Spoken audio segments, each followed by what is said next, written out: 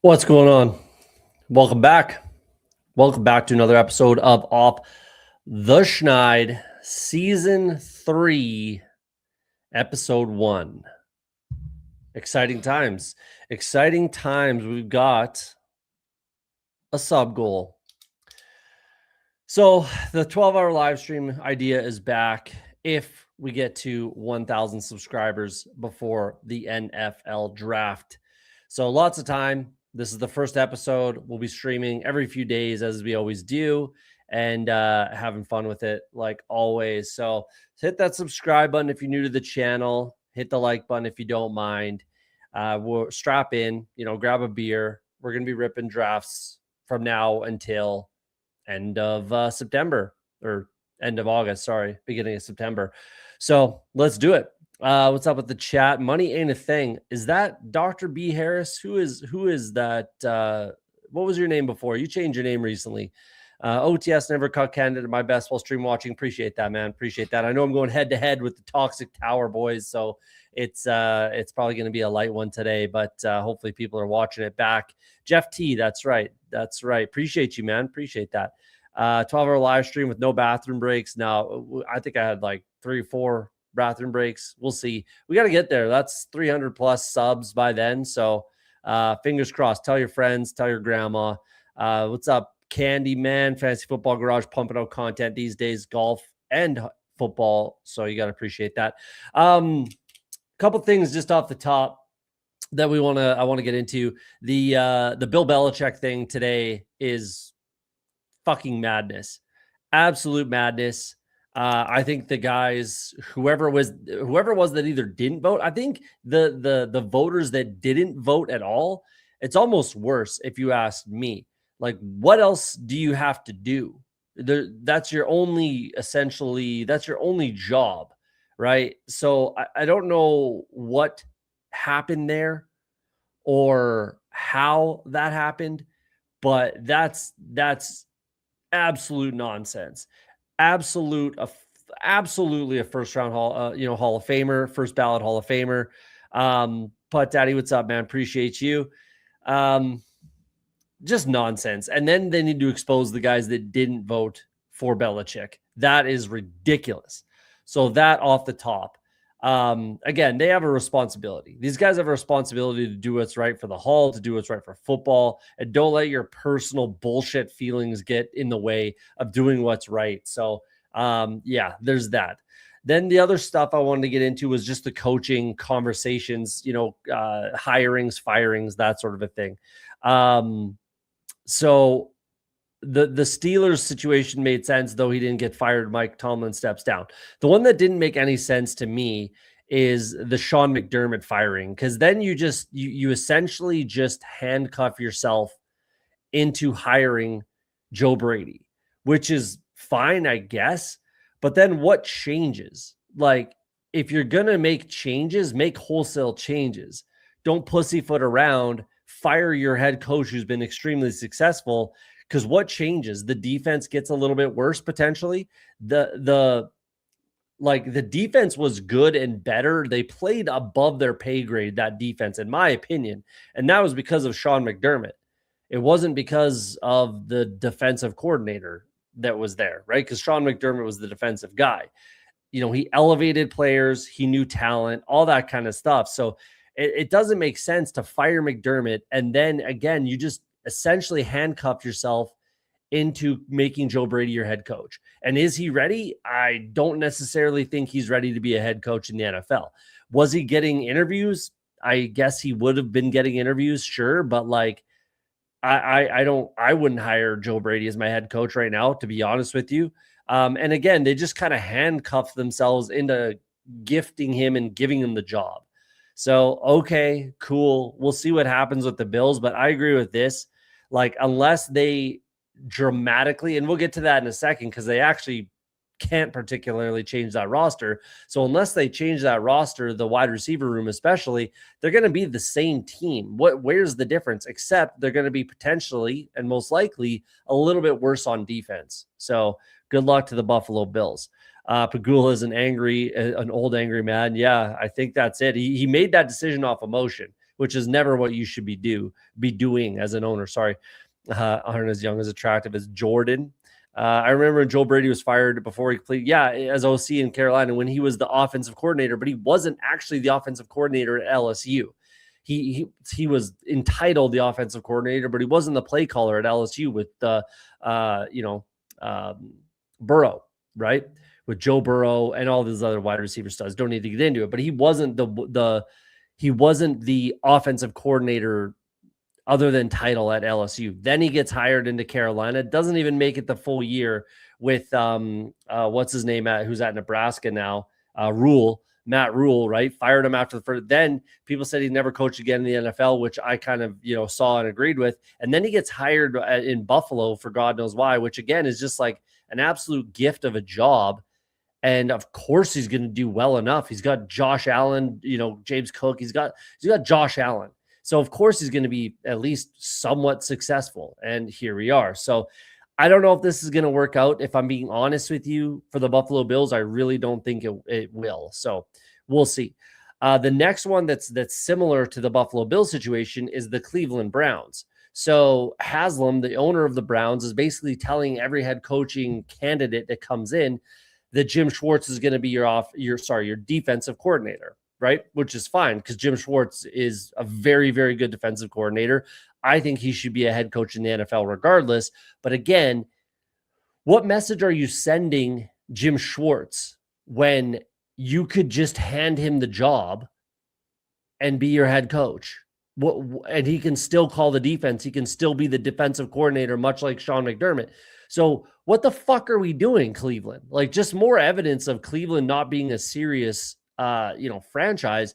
Just give the job to Jim Schwartz, bring in a defensive coordinator off it, let him fill out his staff, but to bring in head coach candidates who are less experienced and, to be honest, a lot of them less deserving than Jim Schwartz, and say, this guy's going to be your defensive coordinator. And they're probably saying, well, why the fuck don't you just give him the job? What are we doing here? So anyways, that's my opinion on the Jim Schwartz Cleveland situation and all of these candidates that are just pulling their name out of the hat for the Cleveland Browns job. Not only is a shit job for a shit franchise, a shit GM, and a terrible owner, but you're basically being strong-armed into having this guy that you may or may not agree with. Does he, deserve to be a head coach? Is he one of the, is he very good, I'll say, defensive coordinator in the NFL? Yes. But that doesn't mean that you're going to jive with him as someone that's coming in as the head coaching candidate. So a little bit of an odd one there. The last kind of one I wanted to get into was Tanner Engstrand getting let go by the Jets today. I believe that was today, right? Interesting one there. I mean, I don't know if he was getting the job done or not. It was fine. Like, realistically, Breece Hall being a 1,000-yard rusher for that offense and for that team is a success, if you ask me. But we'll see what happens there as far as who they're going to hire, because there's not much left out there. The interesting part about that is I think he probably goes back, most likely, at least I hope he does, goes back to the Detroit Lions, where Drew Petzing comes in. And I wasn't a big Drew Petzing, fan in Arizona, but he had Kyler Murray as his quarterback. So that's kind of a built-in excuse if you ask me. I do not think that Kyler Murray should be an NFL quarterback. I guess he should. It's just there's not even 32 of them in the world. So he could be one of those 5 through 32 type of quarterbacks in the league. But so built-in excuse. Anyways, Drew Petzing comes in as the offensive coordinator for the Lions. And I think this is going under the radar that Mike Kafka comes in. So if I'm a team like the Jets, if I'm a team looking for an offensive coordinator, I bring in Mike Kafka, no question. But is he going to do that? I don't know. It would be it would in title be an upgrade because he's coming into Detroit as a high ranking offensive staff member. I don't even think he has a title yet, which is interesting. But if Tanner Engstrand goes back to Detroit and there's Mike Kafka and Drew Petzing there, that could be really, really good for that offense as a whole. I think that would be very, very good. So that's something to kind of keep an eye on there. I think that's about it, unless you got something in the chat. I do not think that Chris Shula deserves to be an NFL head coach after that showing in the NFC Championship game. That was pitiful. The amount of third and longs where the Rams just could not get off the field is pretty unacceptable. Yes, you can blame the players, but at some point you have to take a look at the coach. Supposedly he bombed, was a quote, bombed his Pittsburgh Steelers interview. So I do not think that Shula should be a head coach, at least not this cycle. And then we'll see what happens next year. But if you have anything else in the chat that you want me to go over, fire it in there and I'd be happy to chat about it. Haslam running of Venezuela just got to let his head coach know that. Yeah, I guess. Lerner was the owner before Haslam, and even worse, Haslam is perhaps unbelievably an upgrade. Wow, that is unbelievable. Because yeah, and Andrew Berry, how the fuck this guy still has a job is wild to me.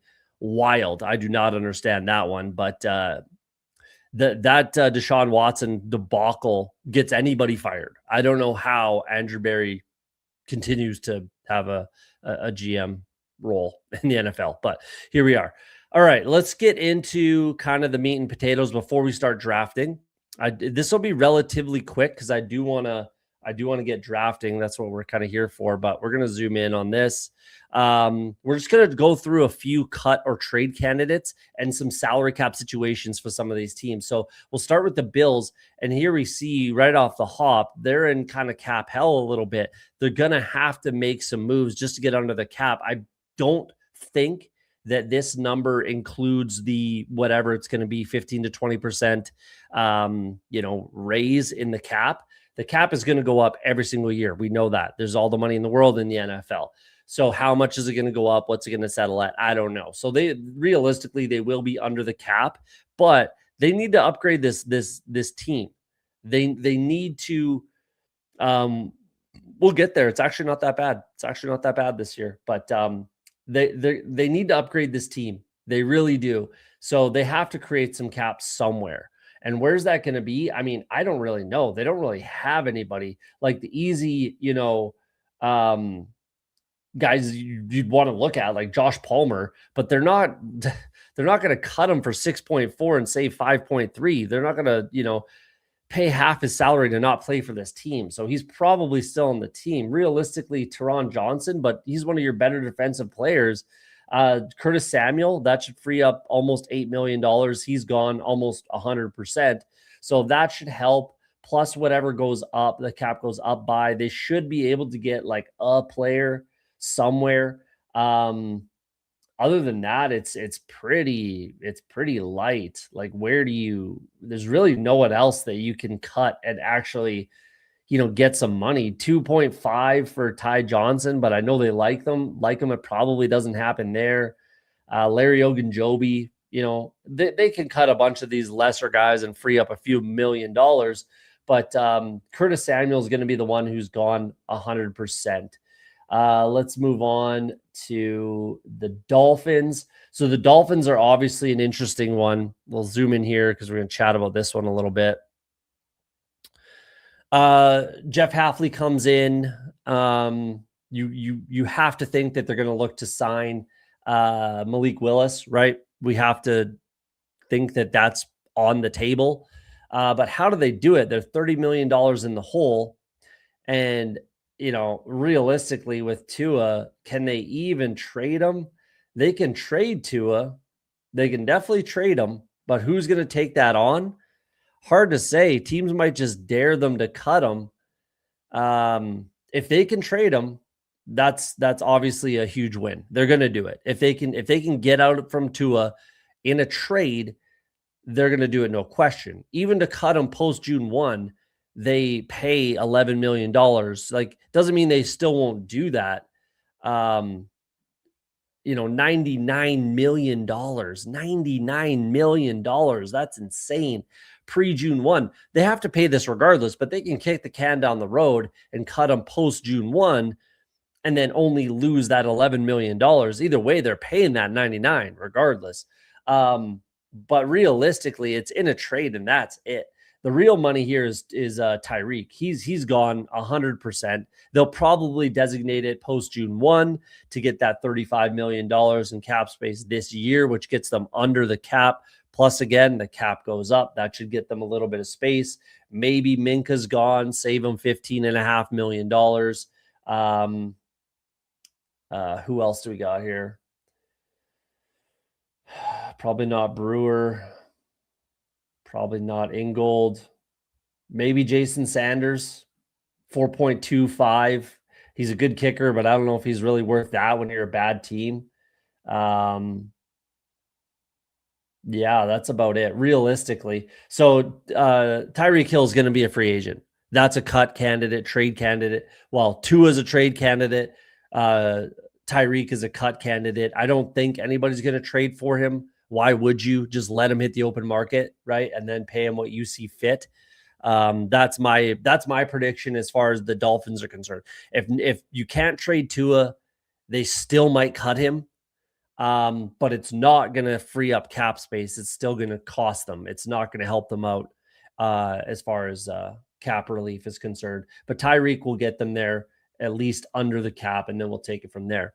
Let's see. What else do I got here that's important? So let's talk about this. This is an interesting one here.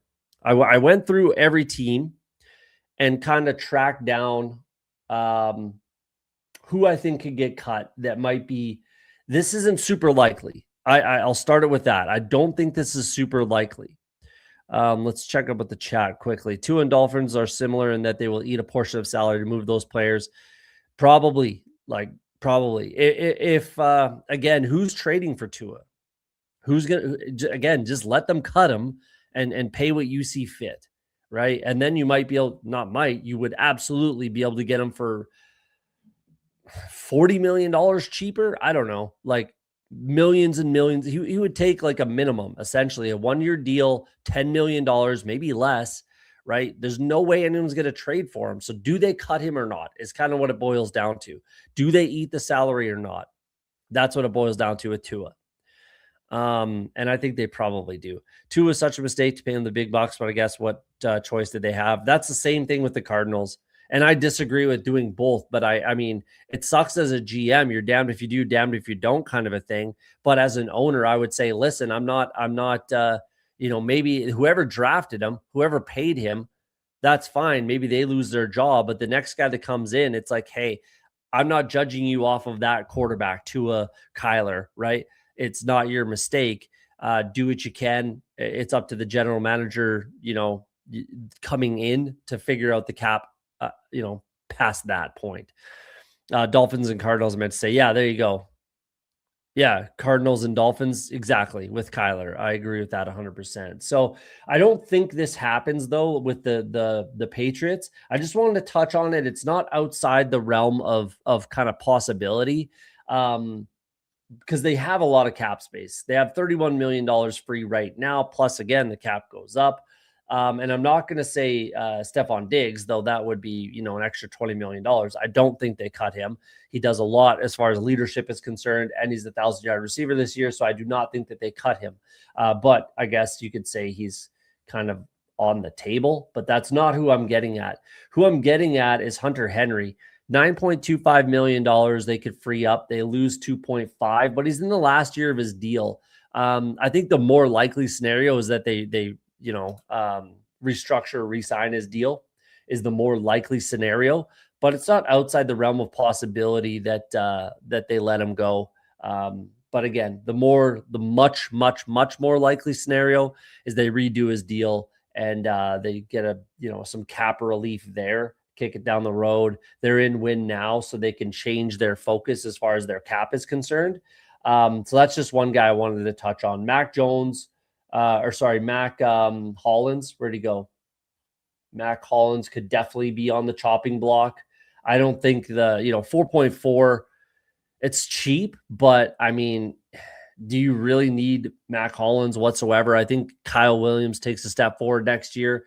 So I really just don't think you need a Mac Hollins. Yes, leadership, all that kind of stuff, but I just am not sure that they bring him back. We'll see there. Let's pull up the That guy. Okay. The next one that I wanted to really dig into was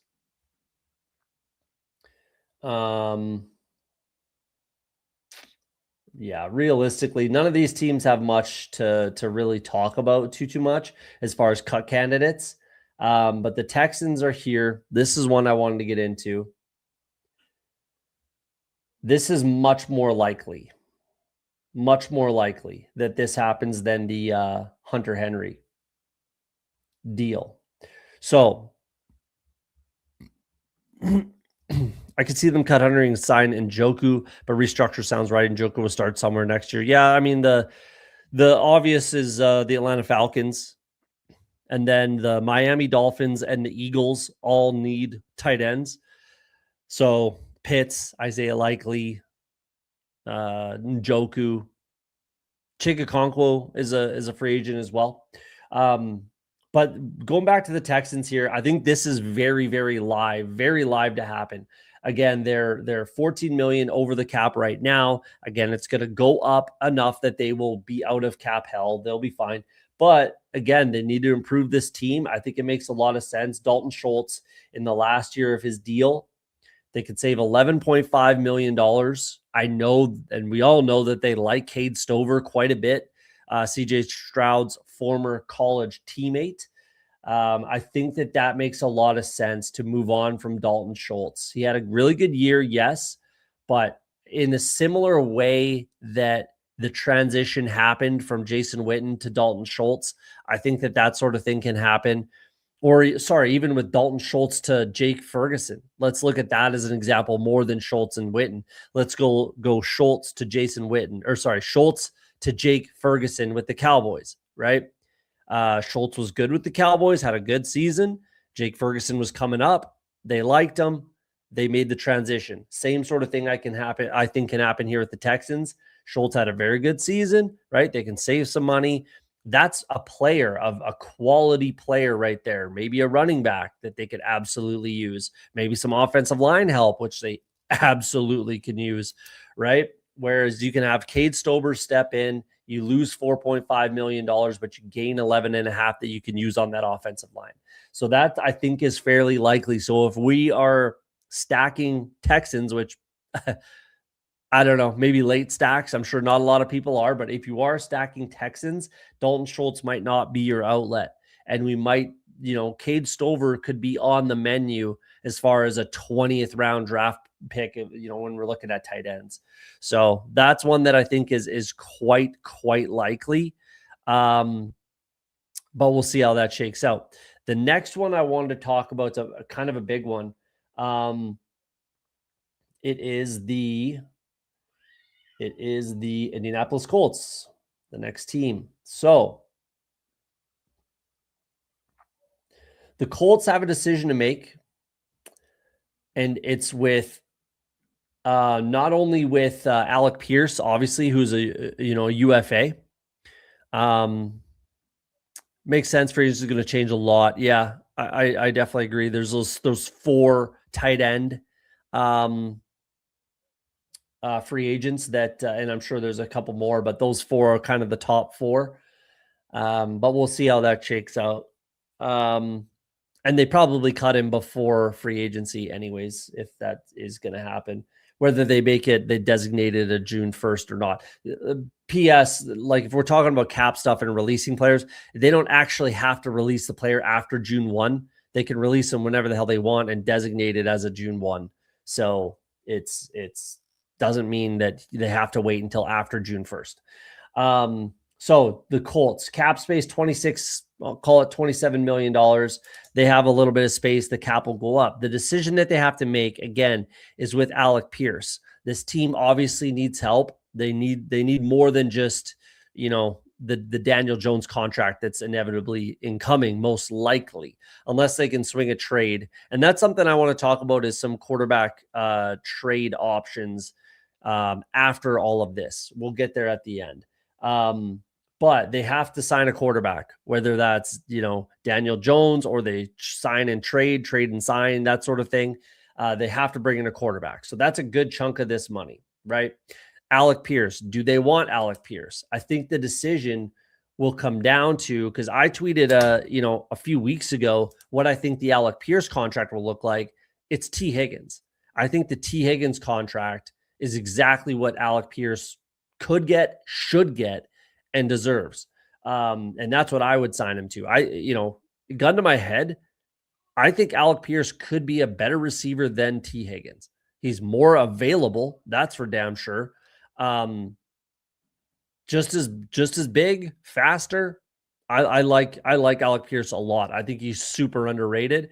And if or when he goes somewhere else, I think he'll flourish. And I'm hoping he goes somewhere else, if I'm being honest. But either way, the T. Higgins contract is what I think Alec Pierce will inevitably settle around, right?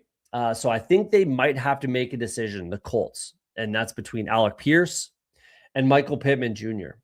So they can save $24 million if they cut ties with Michael Pittman. That's less than they will pay Alec Pierce in his first year. Mind you, like his average would be more than that for sure. Obviously, about $29 million roughly for Alec Pierce, but it won't be loaded like that as far as it's structured, most likely. So Michael Pittman Jr. could definitely be on the chopping block. I think that's worth keeping an eye on. Could they trade? Absolutely. And this is pre or post June 1. So regardless, it's going to be $5 million against their cap, no matter how they do it, whether they cut them pre or post or trade them pre or post. Doesn't matter. So I think that's very, very live. Do I think that would be, honestly, I think any wide receiver that leaves the Colts is going to have a boost, going to get a bump in the way I look at them. So whether that's Alec Pierce or Michael Pittman, I'm going to look at one of those two, because I highly doubt that they bring back Alec Pierce while paying Michael Pittman this amount of money. Mind you, again, they could restructure him, re-sign, restructure, and bring back Alec Pierce. That's possible. Do I do that if I'm Alec Pierce? I don't know. He's local-ish to Indianapolis. Went to Cincinnati, which is also, again, it's quite close to Indianapolis. So maybe he wants to stay close to home. I don't know. But I think it's live and very possible that Michael Pittman is not a Colt next year. And if that's the case, then Alec Pierce definitely is, I would imagine. So that's one to keep a bit of an eye on. I'd like to take a look when the restructuring, or remind myself when the restructuring deadline kicks in, because that's going to definitely play a role with some of these ones we've been talking about right now. So that's one to keep an eye on. Alec Pierce from the Chicago suburbs too, Midwest guy. There you go. So he might just want to stay there. Hard to say. A couple more to get into. All from one team. Perfect. So one more team to talk about, and then we're going to talk about some quarterback trade potential. The next one is the Bears. This is obviously a big one. Fantasy darlings, this whole team. They are not in cap hell, but 17 million over the cap right now. Again, cap's going to go up, probably clears them, but they're going to want some money to spend, right? They need a pass rusher badly.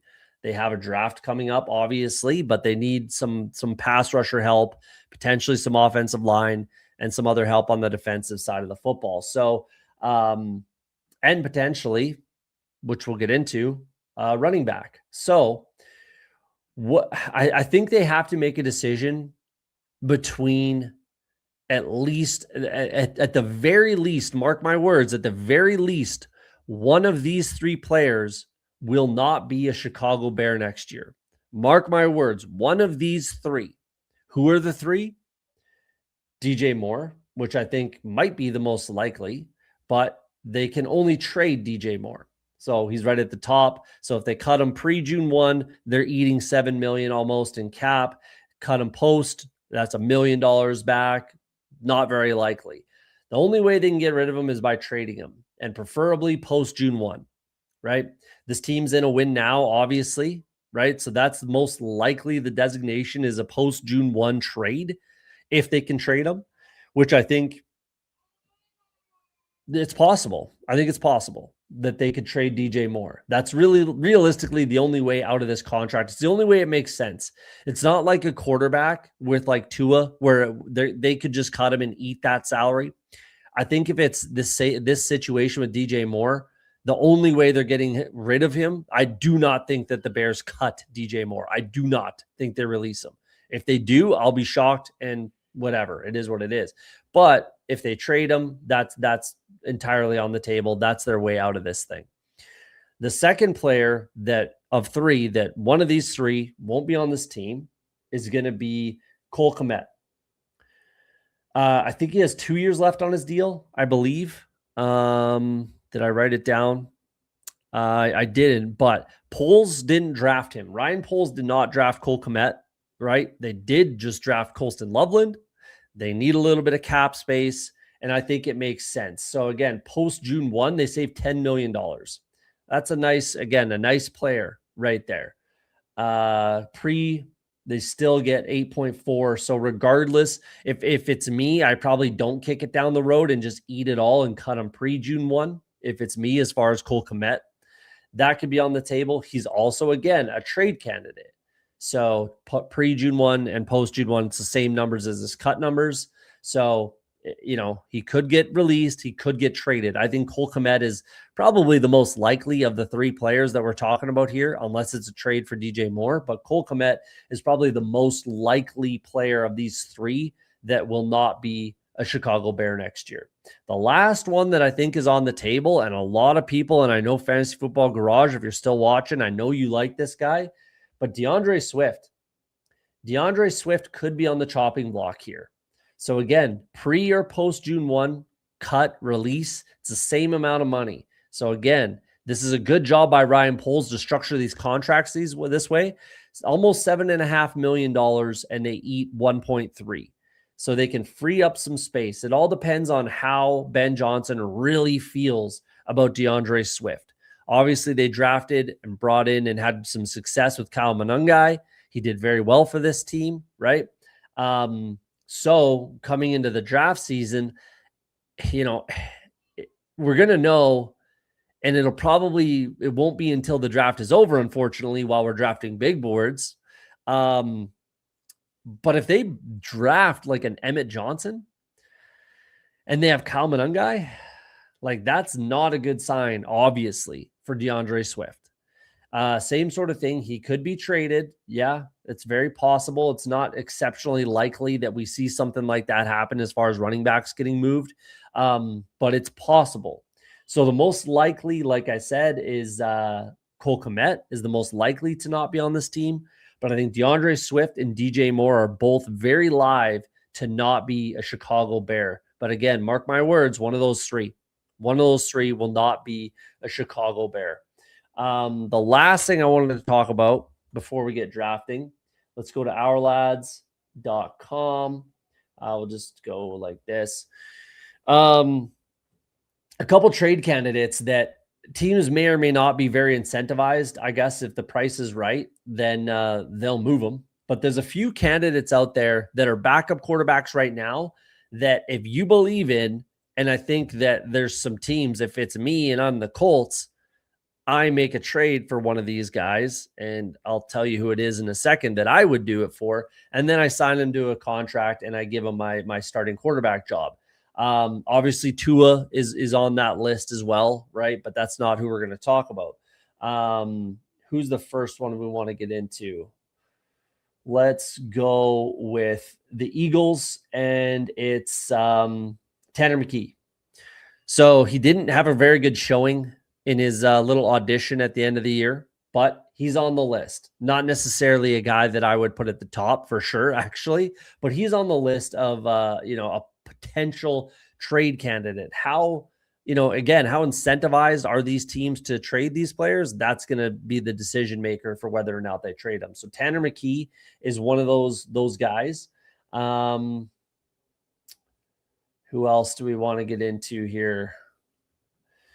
Not very likely because he just signed a contract, but Tyson Bagent with the Chicago Bears. He's definitely towards the top of the list for me. I think he I don't think he should have signed that deal. I think he should have waited, hit free agency, gone somewhere to get a compete to start type of a deal, and situation, which he's not going to have with Chicago. He'll get out of this contract. It's 2 years, and he'll see maybe he can do that down the road. But that's a trade candidate that's, again, not very likely because the Bears are not incentivized pretty much at all unless you're willing to way overpay in a trade for Tyson Bagent. But that's another guy that's kind of on the table. Davis Mills, I think that if I'm the Texans, I absolutely trade Davis Mills for, what can you get? I think if you get offered a second-round pick for Davis Mills or another player we're going to talk about in a second here, if you get offered a second-round pick, which if he's your franchise quarterback, tell me that's not worth it, So if the Texans get offered a second-round pick for Davis Mills, even potentially a third, I think you pull the trigger on that, make it happen, take your chances, bring in a vet, that sort of thing, and kind of keep it going that way. That's kind of what I would do if I'm one of these teams. The last guy, so Davis Mills, again, how incentivized do they think that Stroud's going to be their guy? I think that they probably do. Former second overall. Mind you, he is coming up on a contract. They probably just fifth-year option him and see how he plays, but we'll see. The last couple guys, yes, there's Kirk Cousins as well. That falls into the Tua realm. Don't really want to get into it too much. Spencer Rattler, potentially, but again, not a guy that I'm kind of getting into. The last one here, Drew Lock could be a guy. Drew Lock, possibly, but definitely not very likely. I'm not going to throw him in there. But the last one's Mac Jones. So if I'm the Indianapolis Colts, I send a third-round pick. If you have to do a second, maybe I might even do a second-round pick for Mac Jones, and I sign him to a long-term deal. Give me Mac Jones over Daniel Jones. I'm sorry. And coming off an Achilles injury, give me Mac Jones over Daniel Jones. So we'll see if I highly doubt that happens, but if it were me, that's what I would do. And are the 49ers incentivized to trade Mac Jones? No, they are not, especially with Purdy's injury history, obviously. But you dangle a third, maybe even a second-round pick. Let's say it's a third and a fifth, something like that. You dangle that in front of the 49ers' face with the holes that they have on this offensive line and on this defensive side of the football. That might get the job done. And that's kind of the way I go about it if it's me. I think Mac Jones could be had by some of these teams that need a quarterback if the price is right. And you're going to have to borderline overpay and then have the money to be able to do a contract for him.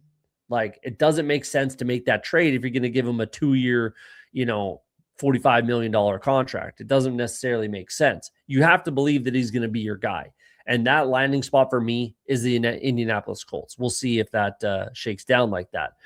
And that's why I'm talking about all these things. The problem is the quarterback class so weak. I doubt they get more than fourth for Mills, given Kyler's in that market. Kyler's another one that we didn't talk about, but one of those vets with Cousins and Tua. And that's kind of why I do a trade like that, is because this quarterback class is so weak. You can get a late round guy. The East West Shrine Bowl was just on, and Mark Gronowski was having a pretty good half. So maybe he's the type of guy, Brock Purdy type, that you get late in the draft and you develop as your backup quarterback. You never know what he can become.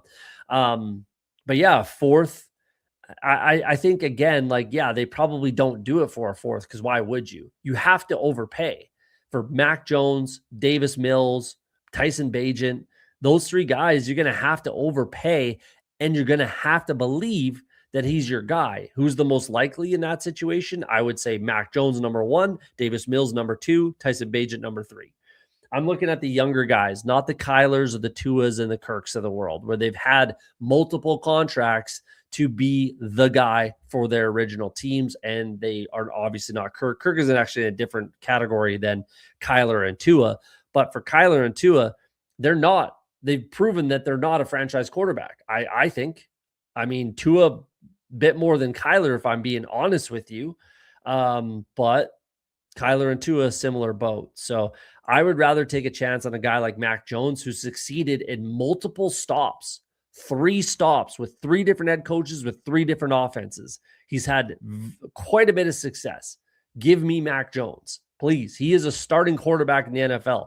Where there isn't even 32 in the world, Mac Jones is a starting quarterback in the NFL. There's my piece. Let's get to drafting. All right. We're only going to rip one tonight because that was pretty in depth. I did want to get through all that stuff, though. I'm glad we did. And hopefully there's some food for thought for some peeps out there where, maybe you weren't thinking about this, that, or the other thing.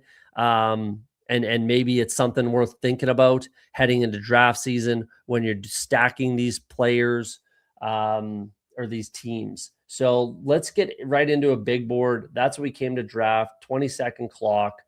Let's get into it. I've drafted lots of room, waiting on 7. So if you're in the chat, jump in. I've drafted 15 teams overall so far.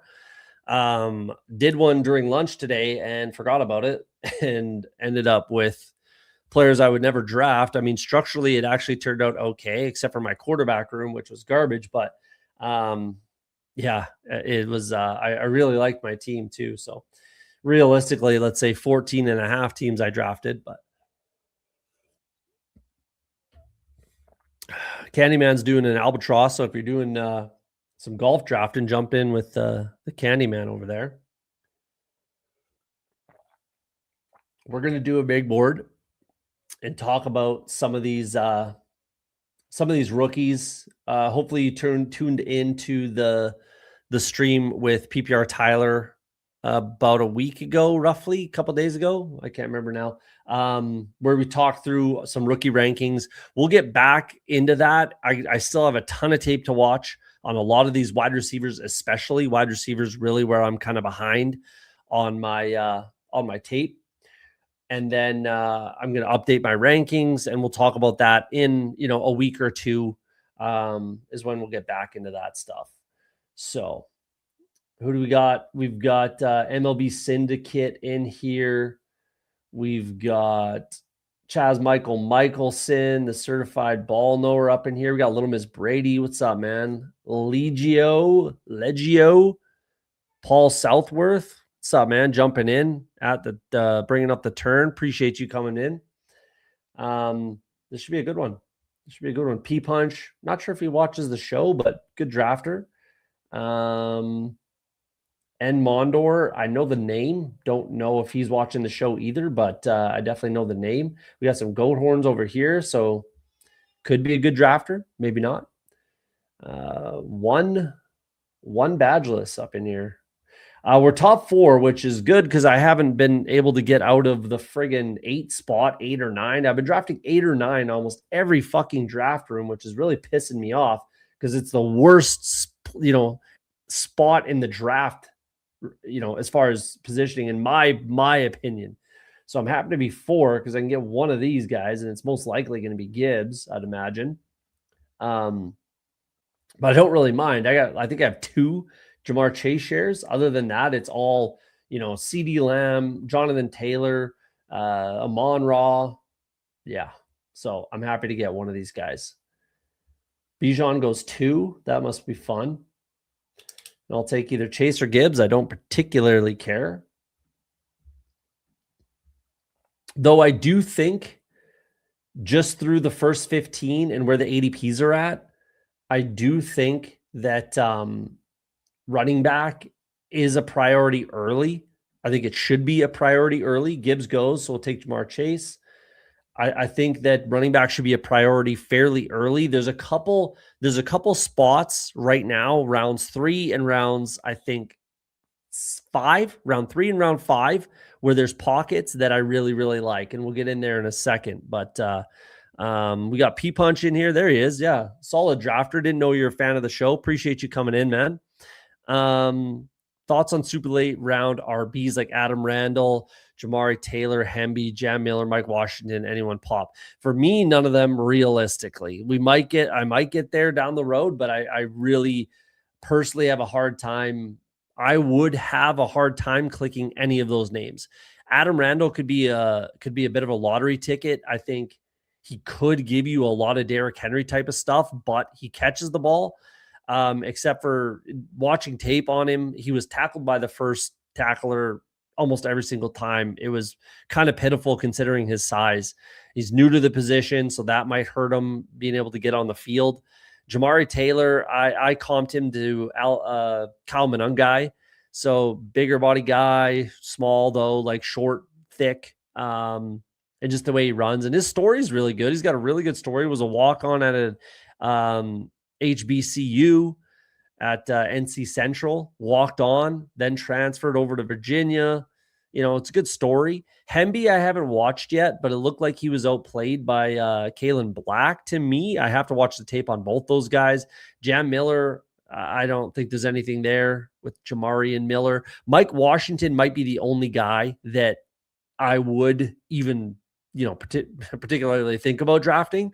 I liked the tape. I liked he really improved when he got to the SEC, which is crazy. You would think he would dominate at Buffalo or at New Mexico State, but he really didn't. And then he gets to Arkansas in the SEC and looks really, really good on tape. So that was interesting to me. I don't mind Mike Washington. He'd be the only one that I would even think about realistically on this list. I don't like any of so that's something I wanted to get into, and we'll get into it maybe a little bit more later, but that's a big reason why I think running back is a focus early, or should be a focus early, because there's not these late round rookies that are, hanging out down there. There's not the Bayshall Tutons of the world, or even like a DJ Giddens. There's not those guys. We're on the clock. Running backs are pretty much all gone except for Chase Brown. I think it's got to be Bowers here. It's got to be Bowers for me. Let's do that. As a guy who was famously a little bit off Bowers last year at cost, I think it makes sense here where he could absolutely bounce back. They could draft whoever they want at wide receiver, and Brock Bowers is still the number one target on this team, no questions asked. And with what I think is actually a quarterback upgrade, that was the whole thesis behind Brock Bowers last year, was it's a quarterback upgrade. It's a quarterback upgrade. And I was telling people, what the fuck are we talking about? There was 2,000-yard receivers on the Raiders before Geno Smith got there. Like, what are we talking about? How are we putting Geno Smith in this godlike upgrade, bucket? What are we talking about? So anyways, I think that Mendoza could actually be an upgrade, definitely to Geno Smith, and yes, to Aiden O'Connell and Gardner Minshew for sure. So yeah, that's where we'll leave that one. So I don't mind Brock Bowers at this cost. It's kind of like where we were at last year with Trey McBride versus Brock Bowers. I'm now you can just flip that, and that's kind of where I'm at with those two. T. Higgins seems like a nice click here, but I'm not going to go down that road. I don't want to fall any farther behind at running back. I love Bucky Irving in the third round here. Massive workload win in the last game of the season, right? I love him with Zach Robinson coming in. I really, really like Bucky at this price, where I didn't like it last year at basically the same price tag. Now I really like it this year. So give me Bucky, and I don't want to fall any further behind at running back. So let's get that out of the way. Refresh my old memory. How many rookie running backs are looking to be draftable? In my opinion, like 5. Realistically, about 5 rookie running backs. I don't particularly like it. I think it's an exceptionally weak running back draft class. I really do. It's super top heavy. Jeremiah Love is a stud. I'm drafting the shit out of Love. Right here is fine. I'm happy to pick up the shares there. I would draft Love where I was not drafting Ashton Genty last year. So as everybody who watches this show knows, I was a 0 Genty guy in the first round. 0. And then in the big board, or in Best Ball Mania season, I was still not drafting him. It didn't make sense for him to be a first round pick. I would draft Jeremiah Love at that spot. Absolutely. He's everything that people wanted Genty to be. Other than that, yeah, the Penn State guys, drafting both of them, I like both of them. Emmett Johnson, I like him. Jonah Coleman, I think he's fine. He can have some success. And who am I missing? I think I'm missing my number 4 ranked guy, but there's a few, but there's not many. And I think there's a lot of vets that I think have some value, and some sneaky guys, which we might get into towards the end here. I like early RB this year. Plus, those start RBs produce so much more points from just RB12. I agree with all of that. I think that's going to be a heavy sentiment. And just look at some of these teams at the back end here. 3 running backs, 2, maybe a third, 2 running backs here, right?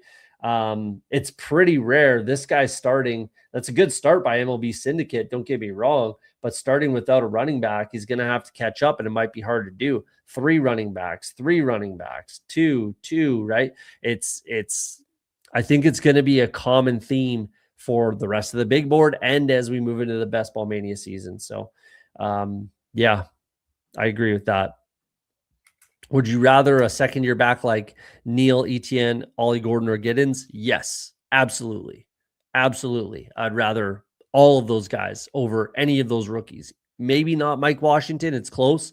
But other than that, I would rather any of these guys over any of those rookies, for sure. Yeah, we agree on that one. Agree. I like Love. Hate pretty much all the other rookie running backs at cost. I think the cost is okay on pretty much the rest, and there's some actually some value there. But yeah, we'll see how that shakes out. Decent free agent class as far as running backs as well, so that could affect some stuff. That's why I definitely don't particularly like those middling rookies that we typically would draft. And will there be a guy that has some value? Yeah, of course. I'm very, very confident. Probably one of the guys that Candyman listed there, probably one of them will have some value for sure. But who is it? Your guess is as good as mine. And I don't really like any of them particularly. So I think I'm just going to go Harvey here.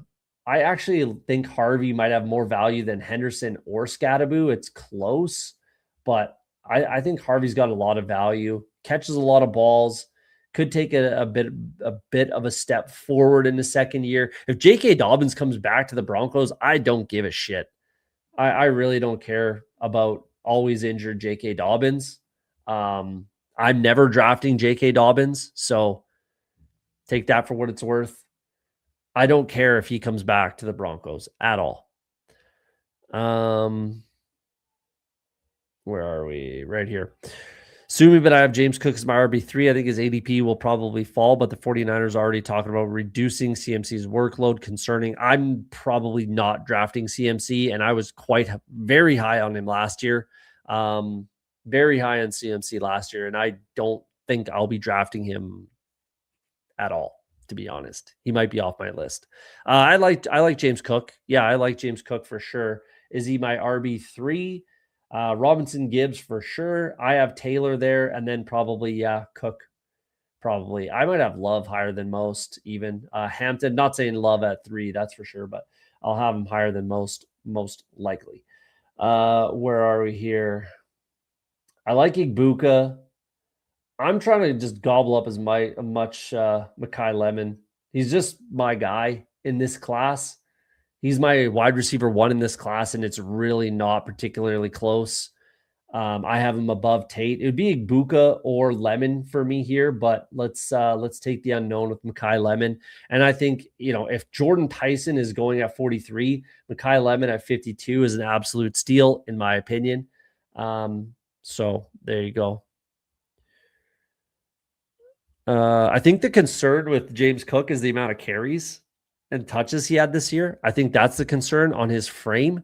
That's at least a slight concern for me. I'd be lying if I said I didn't care and it wasn't a concern. I'd be lying if I said that. It's a little bit of a concern for me.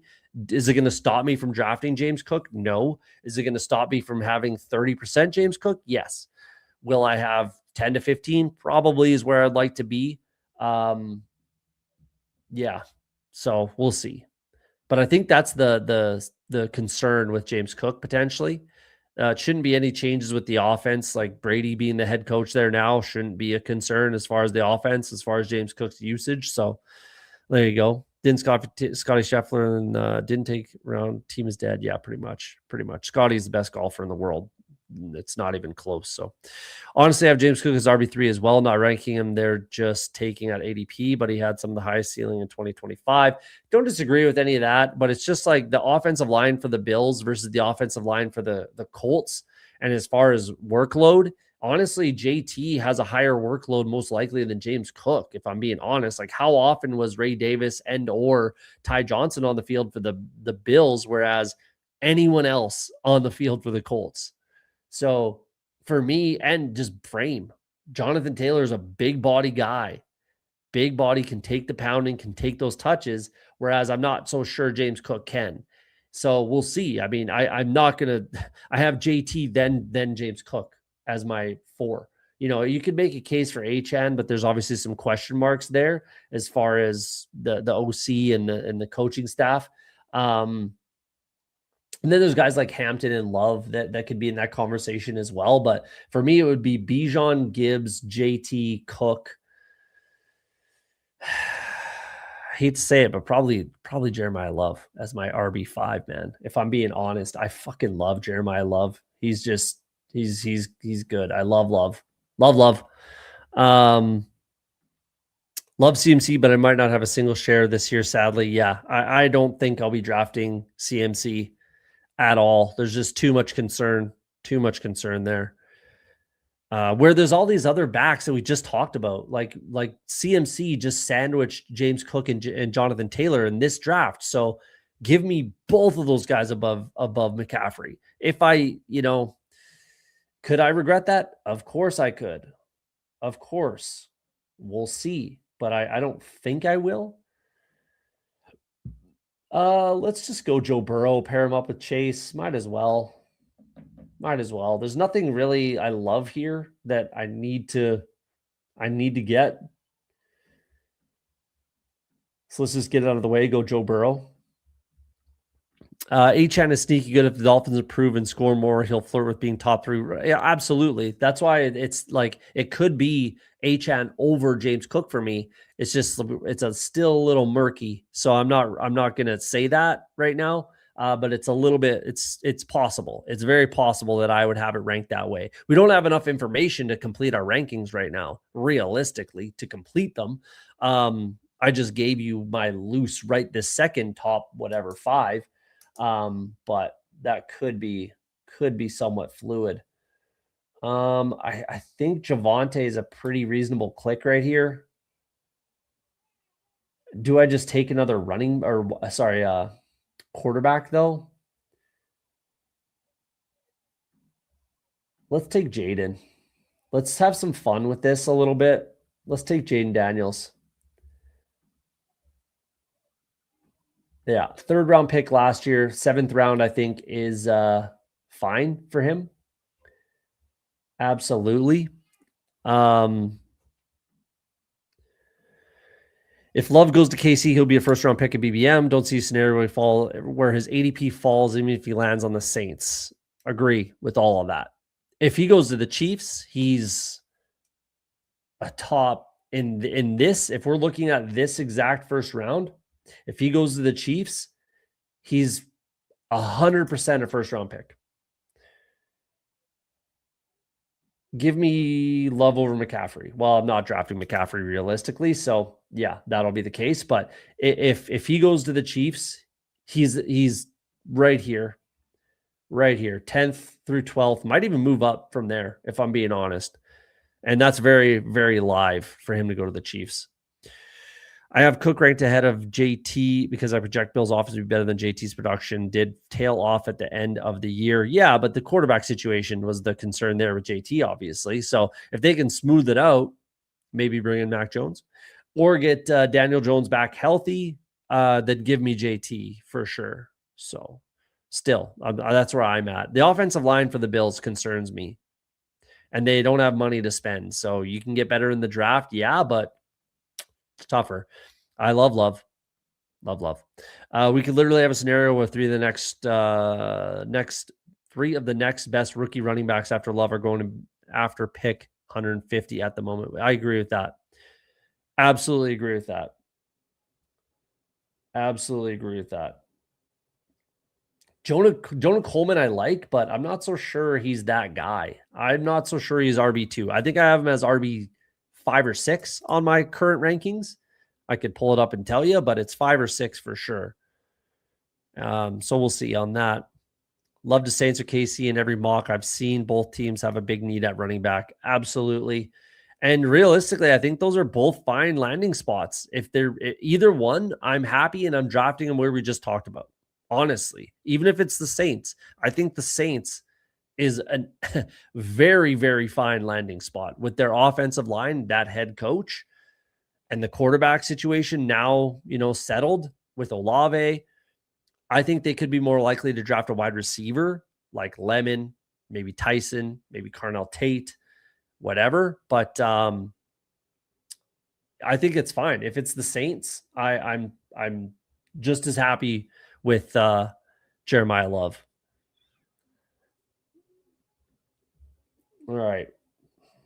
Am I done at quarterback? I probably am. I'm probably I'm gonna try to mix in as many of these as I can where I stop at 2 QBs. So I'm probably done there. Nice. I'm glad he lasted. Denzel Boston is an insta click right here. Insta click. I really like Denzel Boston. Cracked Daniel Jeremiah's top 50, which I fully expected him to do. But with 11 wide receivers, I think that might be a little rich. There's a couple guys on that list, Malachi Fields and Deion Burks, that I need to watch on tape still.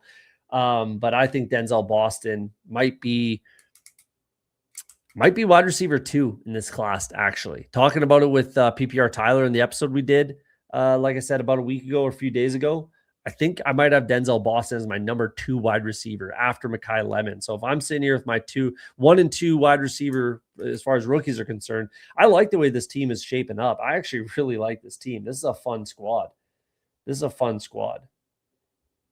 I like this a fair amount. And I'm probably going to be done at quarterback, which gives me some more flexibility. And I could probably only take 2 tight ends, actually. We might get really fun with this build. I'm going to go Rico here. Sumi, back-to-back 1,000-yard, seasons, almost carbon copy seasons, literally. Just had a couple more touchdowns last year. But give me Rico Dowdle. I think he lands somewhere. Again, with this super weak running back class, give me some Rico Dowdle action. He's proven himself realistically. So let's do that. Plus, again, not trying to fall behind at running back. Wild compared to last year, you can build a complete Cincy or Philly mega stack with ease, except for Atlanta or Detroit. You can build any stack you want really right now. Absolutely. Absolutely. Honestly, this is something I wanted to talk about as far as stacking. I'm not going to focus on stacking very much this year. I am not going to take another Bengal. Like in years past, I might bring in like a Gesicki or a Yoshivas or something, or another piece. And with Washington, I might look at bringing in whatever, let's say a tight end or a wide receiver minded. We don't really know who those guys are for Washington. But I'm just going to focus on structure and picking the best player available. Like a lot of times people draft Brock Bowers and then they say, okay, cool, I can get Fernando Mendoza later in the draft. Yeah, you can, but why? Why make that plan so high? Like it worked out that Joe Burrow made a lot of sense for me right here because who else am I drafting? It was him or like Jalen Warren or Javonte Williams maybe. But realistically, it's like it's Joe Burrow here kind of regardless. So that's the best player available. It works with Jamar Chase. Cool. And I'm only going to be like trying to stack when I have the number 1 option. Like if I have Jamar Chase, if I have Smith and Jigba, if I have Amon-Ra, right? If I have those players, that's about it for the top there. If I have those guys, then I'll bring in their quarterback. but I'm not going to focus on it. If another quarterback falls to me and he's unstacked, I'm going to fucking take him, especially in the big board where things can change, things can move. There's still a draft to happen. I'm not going to focus on stacking nearly as much as I have in any other year. I'm going to focus on pick good players, pick the best player available. And if it works and makes sense to get some stacks, cool. I'm happy with that. But I am absolutely not, going to overstack. Not going to happen. If anything, I'll be understacking. That is my rant. There's my soapbox moment for the day. The soapbox moment no one asked for the day. Where are we going from here?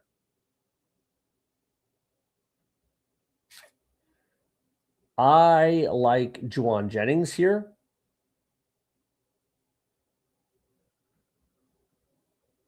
I like Juwan Jennings. I like that he's a free agent. He could be back with the 49ers. That would be absolutely fine by me. He could end up in a place like Buffalo. That would be more than fine by me. Could end up in Washington. I think that makes a lot of sense. And that would obviously be fine by me. So give me some Juwan Jennings there. I like him down here when he's up against other free agents like Romeo Dobbs, Elijah Surratt, who's coming into the league. I don't mind Elijah Surratt, but give me Jennings over him. Saints did just trade a third for Vele. I would think they'd be more likely to take Love than an RB. Wide receiver, I think you mean, but you never know. Panthers took wide receiver 2 years in a row. Anything possible? Yeah, I mean, I think when you know that Chuck's probably your guy, at least coming into this coming season, they know he's going to be their guy.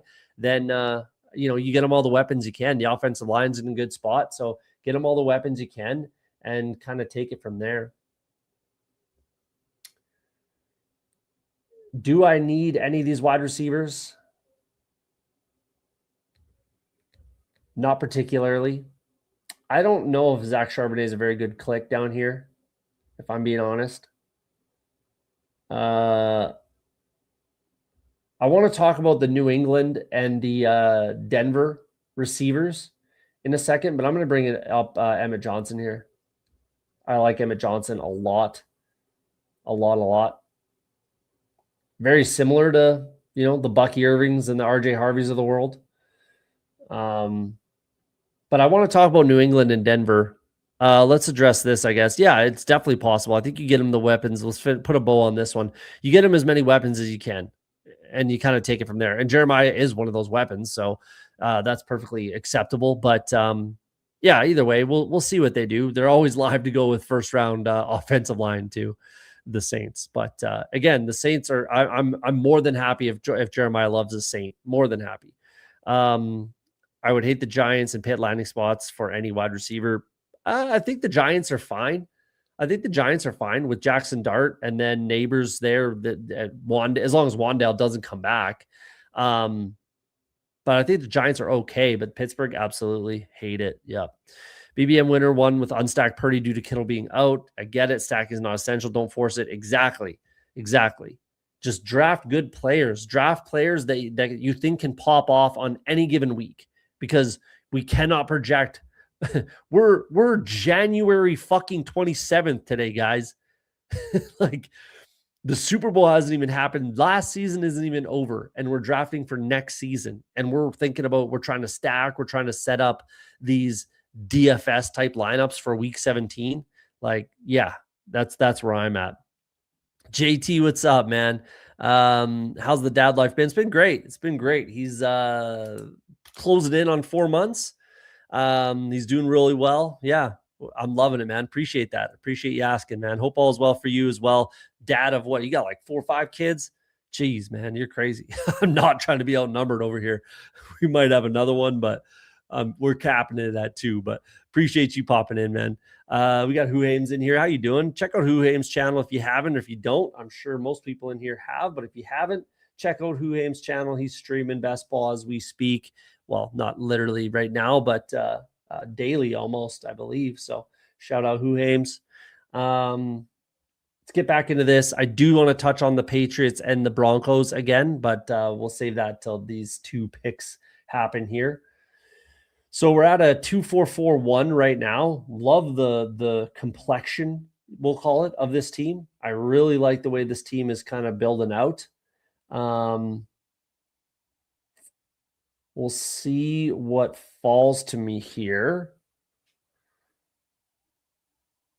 I think some of these tight ends give me outs to stopping at 2. So that could be something we talk about or we think about. I'm in a good spot at running back, which warms my little heart. I like this wide receiver room so far. Ferguson goes. I think Mark Andrews can still be that guy if I want to go down that road. I like Jalen McMillan quite a bit. Do I take him here? Maybe, maybe not. I think if Jaden Higgins is still there, okay, he goes. I would have pulled the trigger on Higgins at the huge discount. I might just take Mark Andrews. I think it makes too much sense. No more likely. Signed a big deal. Let's go Mark Andrews, and I might just stop at 2 tight ends there. Then we have some fun options. I think that's what we're going to do. This is a tough gamble to go Burrow and Daniels play every game. That's a tough gamble, but I paid a lot to get these 2 guys. So I kind of feel like I have to gamble that they play every game. And if they don't, they're just like injury prone, and it kind of is what it is, right? So, yeah. And then we can have some fun with this build. Then we can have some real fun. And do some different stuff.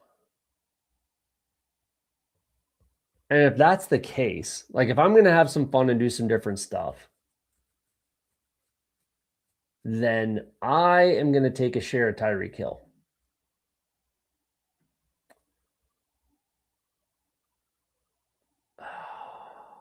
Or do I? No, that's too ugly. I can't even do it. It's going to be Adonai Mitchell then. Let's go Adonai Mitchell. I like him there. Who knows what they're going to do at quarterback? That's another type of a spot that, the Davis Mills, the Mac Jones conversation. The Jets could be a type of team that does something like that. I actually think that the Jets have a quality team. I really do. I like their offensive line a lot. Their defense needs a piece here and there, but they have some pieces. Again, the offensive line. I like the tight end situation. I like Braylon Allen.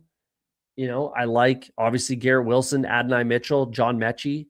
They have some pieces. It's just a matter of getting a quarterback is really what it kind of boils down to. Yeah, that's why I had to quit streaming. It just doesn't work well for my family life. I'm still around listening in the background most of the time. Appreciate that. Yeah, man. Like it's hard enough for me with one, and mind you, again, he's still a baby. So, you can't just ditch the wife to have to take care of the little guy. So it's hard enough. And then if or when 2 come along, like it'll get even harder. So we're pretty much capping it there, but appreciate you coming in, stopping by, hanging out. Who Hames will have us all the KC Chiefs dirt and Kelsey wedding updates. Yeah. Who Hames, the Chiefs fan. If he gets Jordan Love, man, how excited is he going to be? P Punch takes Jeremy Bernard on me. I definitely would have been on my list for sure. Pulled him up. Fair enough. I love me some Jeremy Bernard. LOL, the day that happened, I blocked where's Taylor Swift on X. Smart man. My only issue with Boston is that I've seen him most frequently mocked to Pittsburgh. Yuck. Maybe the Ravens take him. Do they want a good, big-bodied wide receiver? The Steelers are not exactly a first-round wide receiver kind of a team.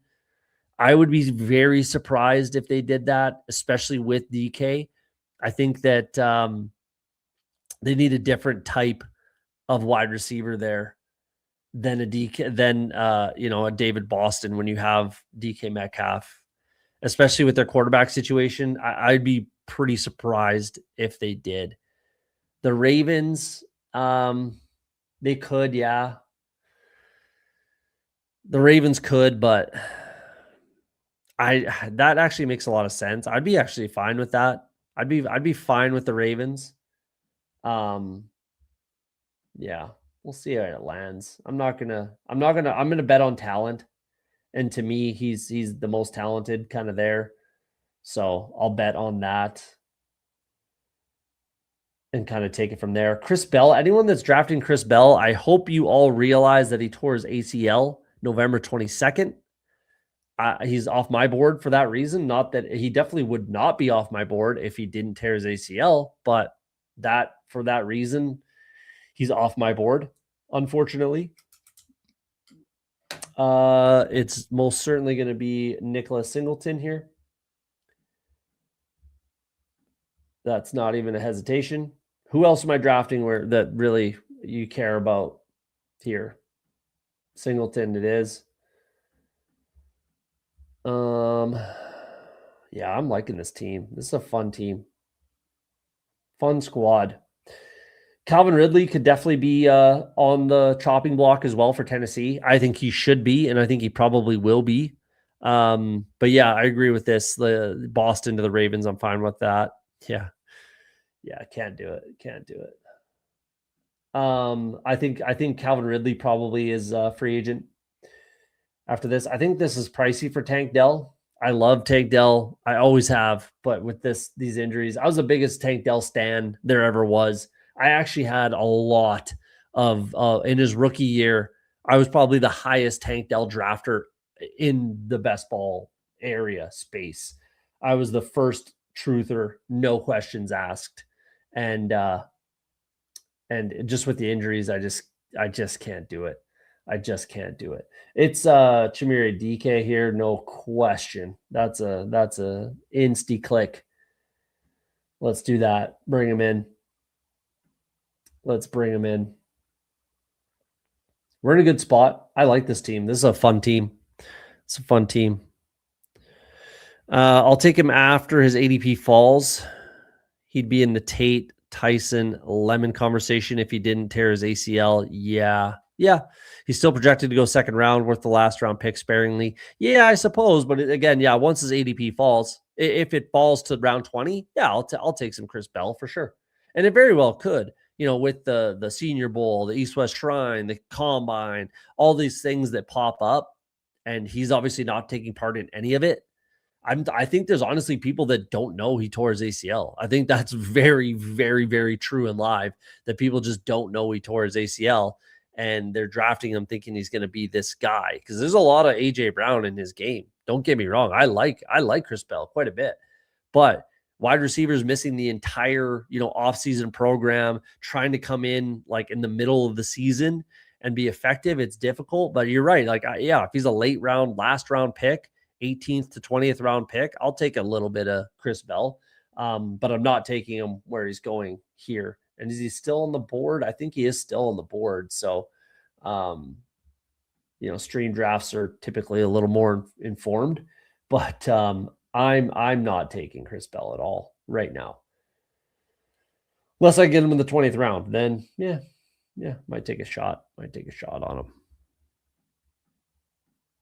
When I went to Texas training camp back in 2023, it was obvious that Nico was an alpha and Dell was really good. Yeah, I was massive on Dell. I like Dell a lot. I was the original truther.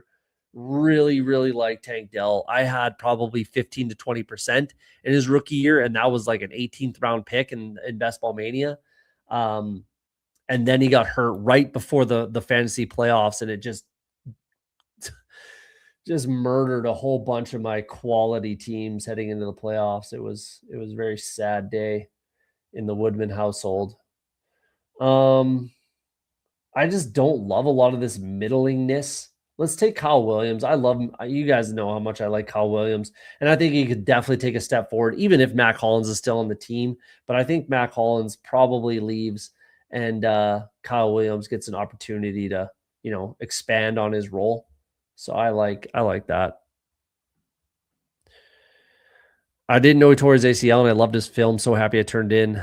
My other favorite click is Damon Claiborne. He had some H and is to his game. I didn't love Claiborne, to be honest with you, but yeah, I guarantee you people don't know Chris Bell tore his ACL. So there you go. Happy I could help you out, and you didn't click him in this draft that you're in here with us. So maybe you would have clicked him. I didn't like Claiborne. I really didn't. I had a hard time. I had a hard time with this film, if I'm being honest. I had a hard time with this film. I just didn't think there was a ton there, if I'm being honest. But that's just me. Could I be wrong? You bet your fucking ass I could be wrong on that. Let's take Branch. If he's there, I can do some fun stuff with this team. I get some extra free kind of picks. So let's take Branch. Get a fun rookie in there. I only have the first two, my 1 and 2, right? So I have some room to take another rookie with some question marks. 10 picks past ADP, sure. Sure, why not? Yeah, I had issues with Damon Claiborne. I didn't really love his tape, if I'm being honest. Cody knew Kyle Owens before his mother did. Let everyone know. Yeah, too bad he didn't get enough of a opportunity as a rookie. He got when he got on the field and he got some run and got some play. He played well, had some long touchdowns. He definitely still popped up in teams, best ball teams. He still popped up for I think two or three spike weeks. But he just didn't quite get the opportunity that I'd hoped for. And we'll see if he does in his second year. I still like Kyle Williams a lot. He's still my guy. Mac is a free agent. No, he's still under contract, but they could save a lot of money. $4.4 million. Went over it earlier in the episode. Actually, I think it's $4.4 million they could save by releasing him, which I fully expect them to do. So we'll see. Claiborne is a big play waiting to happen, but its lateral agility feels lacking. I mean, I don't know. Let's pull up. Let's see if I have my notes on him. Let me pull it up. Let me pull up my notes on Damon Claiborne. Quick cuts and long strides in open space, will return kicks, good patient and vision on second level. Not enough. I had him as a fringe top 10 potentially. I don't know. I didn't love his tape, if I'm being honest. If I'm not drafting, those guys that Candyman mentioned earlier, the Adam Randalls, and if I'm not even drafting Mike Washington, like give me Mike Washington over Damon Claiborne for sure. Could I be wrong? You bet your ass I could be wrong. So take him if you like him. But I didn't like it. I can't get there with Damon Claiborne personally. It's a weird offense too. Like the Wake Forest delay handoff thing, the delayed read kind of offense thing that they have going on there. I really don't like it. And yeah, it's hard to evaluate really a lot of it. Like a big part of it is just makes it difficult to evaluate some of these guys. I'm going to take I have 3 more picks. I'm going to take 2 more running backs and 1 more wide receiver. Let's do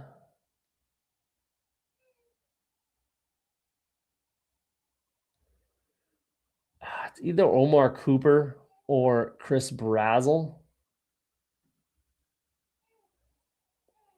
Let's go Cooper. So we're done at wide receiver. I don't mind either one, but I still have to watch tape on Cooper, by the way. But that's a guy I'm excited to watch. Cutting Mac would also save money on team sneakers. Absolutely. Yep. Absolutely. This is fact. GM, welcome back. Cody, appreciate you, man. Mr. Mufasa back in the house. Appreciate you coming in. I agree that it's hard to eval. Yeah, it's just a stupid offense, stupid gimmicky college fucking offense, which honestly I think hurts him too. So yeah, NFL offense, I don't know if he's even as effective as he kind of was there. You know what I mean? So I don't know. Just kind of have a hard time with it. I have a hard time with him, and I have a hard time evaluating him. So yeah, I'm going to be probably out on Damon Claiborne. It's like a Tennessee wide receiver. Yeah, exactly. Exactly. But I do think that Brazel, I'm going to take Najee here. Like in the 19th round, he's going to be fully back from this ACL. He's a free agent. He can go anywhere. Like you think Najee can't just get into the end zone as a power back? Give me some Najee, man. If he's a 19th round pick, I'll have some Najee in my life. Give me some Najee. I think that makes a lot of sense. But in fairness to Brazel, I think he's the most complete of the most recent Tennessee wide receivers, like Thornton. Like he's better than Thornton. So, yeah. I do I like Brazel? Not a crazy amount, if I'm being honest, but I like him over Thornton. So I'll say that. But it is tough to evaluate Tennessee wide receivers. It is.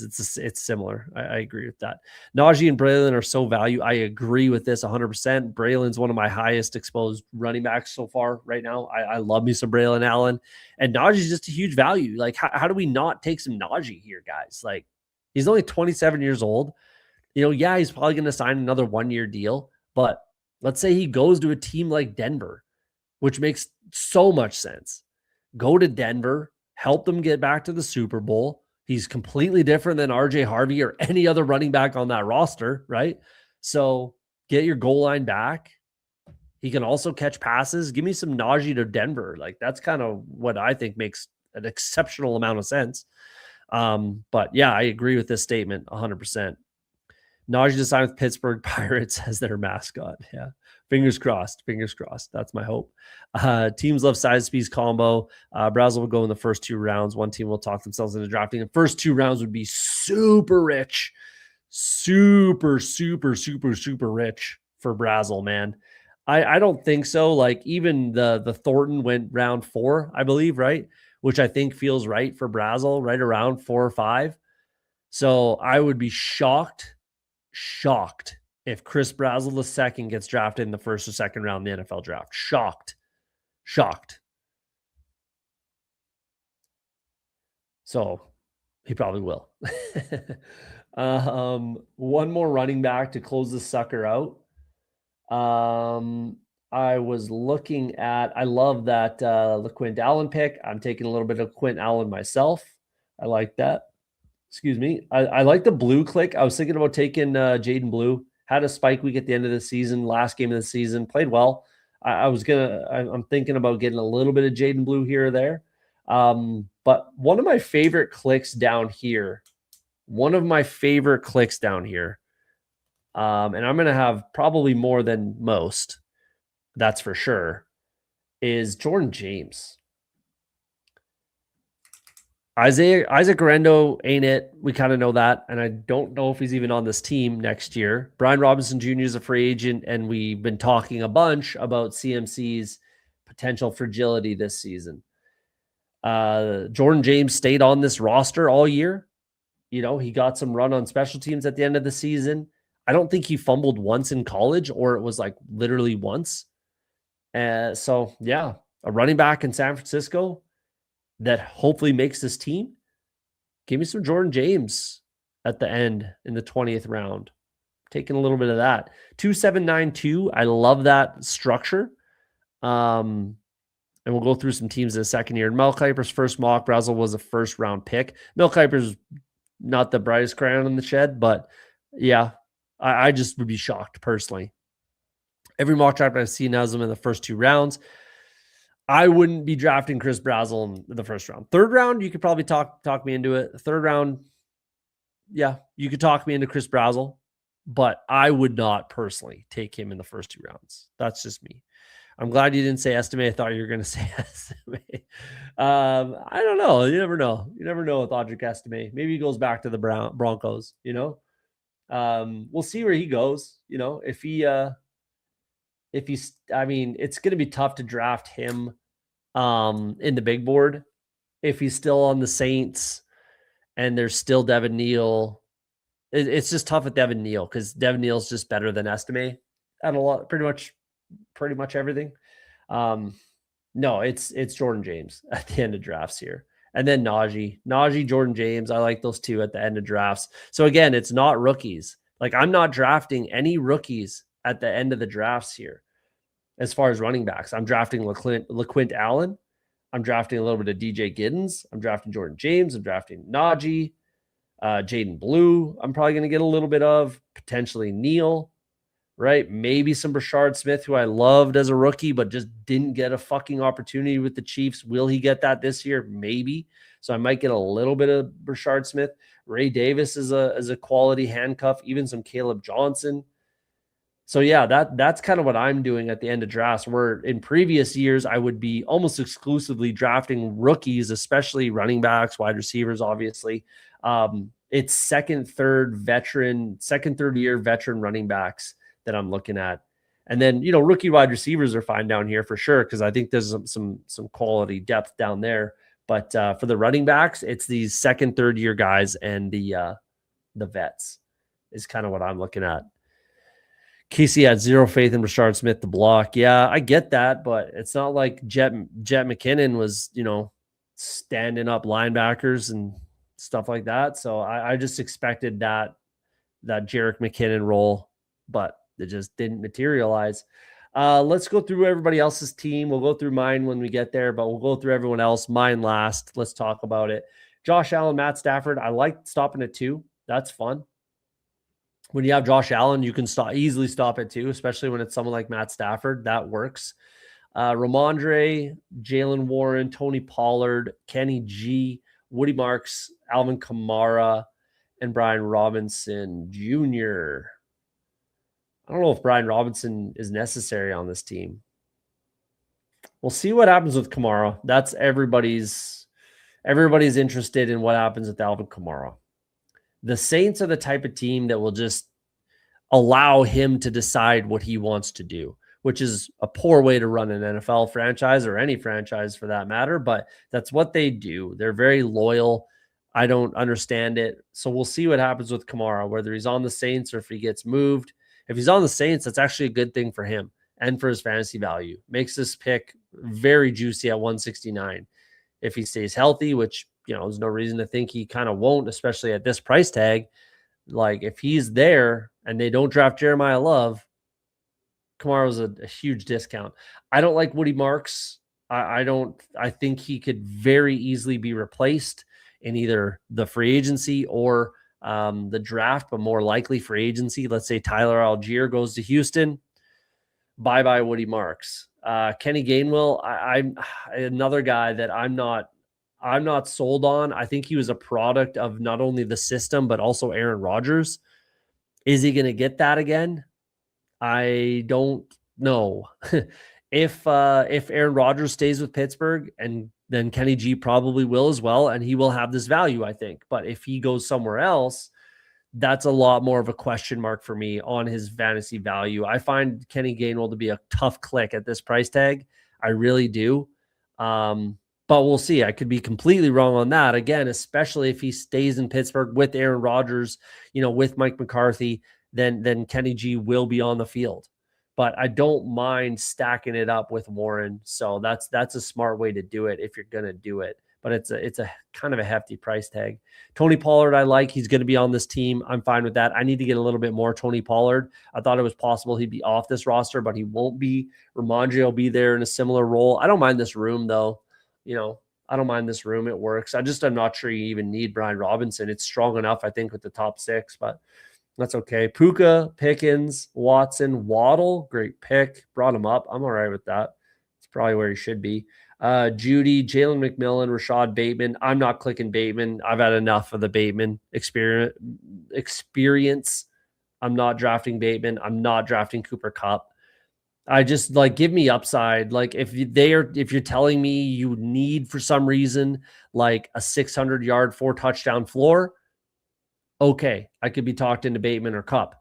But for me, give me the upside of pretty much anyone else is kind of where I'm at with these two. So I'm not drafting either of these guys, if I'm being honest. Do I think they should go undrafted? No, but I'm just not drafting either of them because, again, in what world do you need the floor of 600 yards, 4 or 5 touchdowns?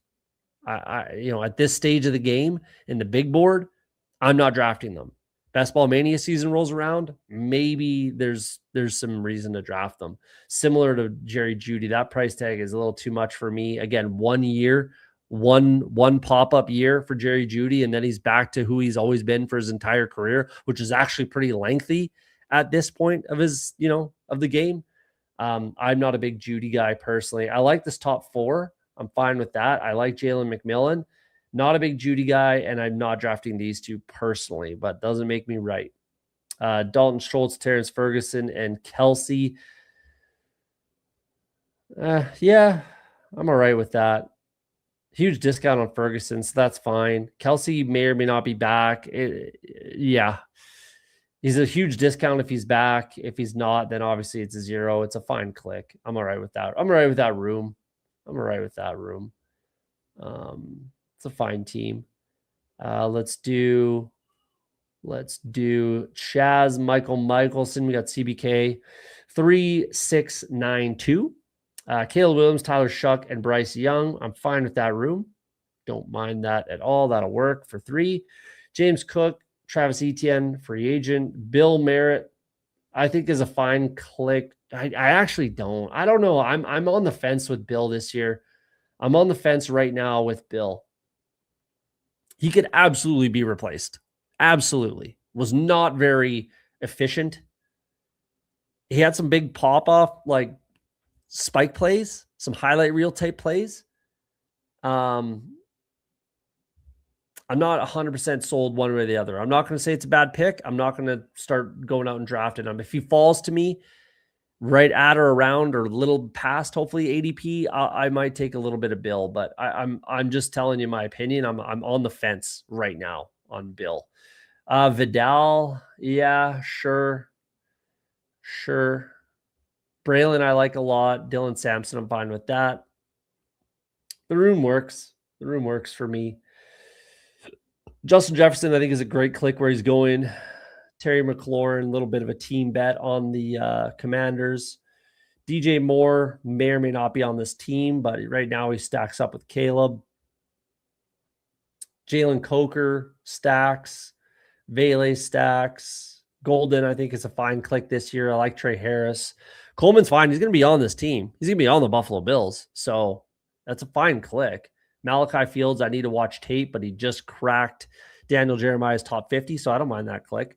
Loveland and Fannin, don't mind that. I'm not drafting Fannin particularly at this spot. He needs to fall a little bit for me. I am drafting Loveland there, so I don't mind this room. That'll work. I'm okay to stop at 2 as well. Like I said, it's fun to do that. It's fun to stop at 2 quarterbacks, fun to stop at 2 tight ends. If you can do it on both positions, then it's really fun.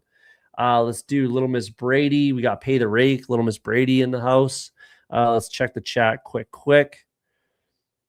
Bayou Bengals is a big Saints fan and pretty plugged in, says Kamara wants to play again. Yeah, he wants to play until the wheels fall off, essentially. Like, the dude loves football. Say what you want about him, Alvin Kamara, but the dude loves football. He won't stop playing until he feels he can't do it anymore, essentially. It's just a matter of, do the Saints keep him or not? That's what it really kind of boils down to. Gainwell, also the product of Caleb Johnson being a mega bust. Yeah, it's a product of the team and mostly Aaron Rodgers not trusting Caleb Johnson and fully trusting Kenneth Gainwell. So is he going to have that same opportunity with another team? I find that hard to believe. I like Kenny Gainwell, don't get me wrong, but I just have a hard time with it. I've always been a Kenny G fan, honestly. I've always been a big Kenny G guy. No archaic offensive play calling in Pitt now either. Slight downgrade to RBs potentially. Yep. Don't disagree with that. I have a hard time with Kenny G. I do at that price tag personally. Lamar also had enough of Bateman experience. Ravens very liable to go wide receiver in round 1. Absolutely. Bateman of the Giants. I mean, why do you need another Darius Slayton? They have Darius Slayton at home. You don't need another Darius Slayton, I don't think. Will Keon Coleman be on the Buffalo Bills? I wouldn't be so sure of that. He will be 100%. It just doesn't make any sense for them to cut him. They'll lose money. They'll lose like $2.5 million to cut him. Just keep him and trot him out there. Hopefully Joe Brady believes in him. I don't know. I just don't think they cut him. I really don't. I really don't. I'd be surprised if they cut him. Just saying Harbaugh. Yeah, I know. I get it. It's just like, but why? Does Harbaugh just love Bateman? I don't know. Maybe he does, but I wouldn't want him if it was me. So we got pay the rakes team. Justin Herbert. I love Justin Herbert. I'll say it right now. I've been thinking about this and I already tried to find the odds, but I could not find anything. January 27th. I will say it right now. I will bet money as soon as the odds come out. I will be betting money on the Los Angeles Chargers to win the Super Bowl in 2027. I really, really like the potential for the LA Chargers next season. I really, really, really do. So let's move on from there. Love the Chargers next year. Love them. So I like Justin Herbert. Kyler, hate. Malik Willis, I like that pick. I can't get behind Kyler at all. I will not be drafting him. Could he be good for fantasy? Absolutely. Justin Fields is good for fantasy. But for real life football, it's a tough sell. But I love Herbert and I like Willis, so it'll be okay. Marion Hampton, like that. Breece Hall, like that. Tootin, like that. Sean Tucker, I'm okay with that. Claiborne, not for me, but if you like him, take him. Mike Washington, again, similar thing. I like the LaQuint Allen pick, that's for sure, especially with Tootin. I like that. This is a quality room. Top three are really nice, and then some good pieces there. I don't mind that. Amon-Ra, Ladd, I like that. Igbuka, Jaden Reed, Godwin, Dobbs, and Christian Kirk. I'm not so sure about the Christian Kirk click. We'll see. He's a free agent, so he won't be on Houston anymore, obviously. But where does he go? I don't know. 3773.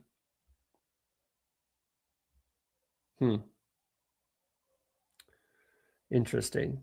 I probably go with 6 running backs and bring in another wide receiver here. There's just a lot of question marks from here down. I like Reed, but injury history, limited essentially upside. We know what he kind of is. And it's a similar thing. We didn't get to talk about it, and maybe I will in another episode, but the Packers, the Patriots, and the Broncos, all a very similar conversation, and we'll have that conversation on another episode.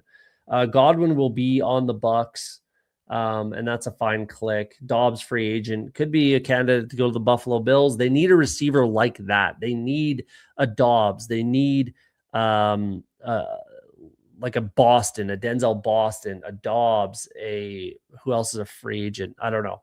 An outside receiver, a proper outside receiver is what they need. That is actually good at football is what they need. So Dobbs could fill that.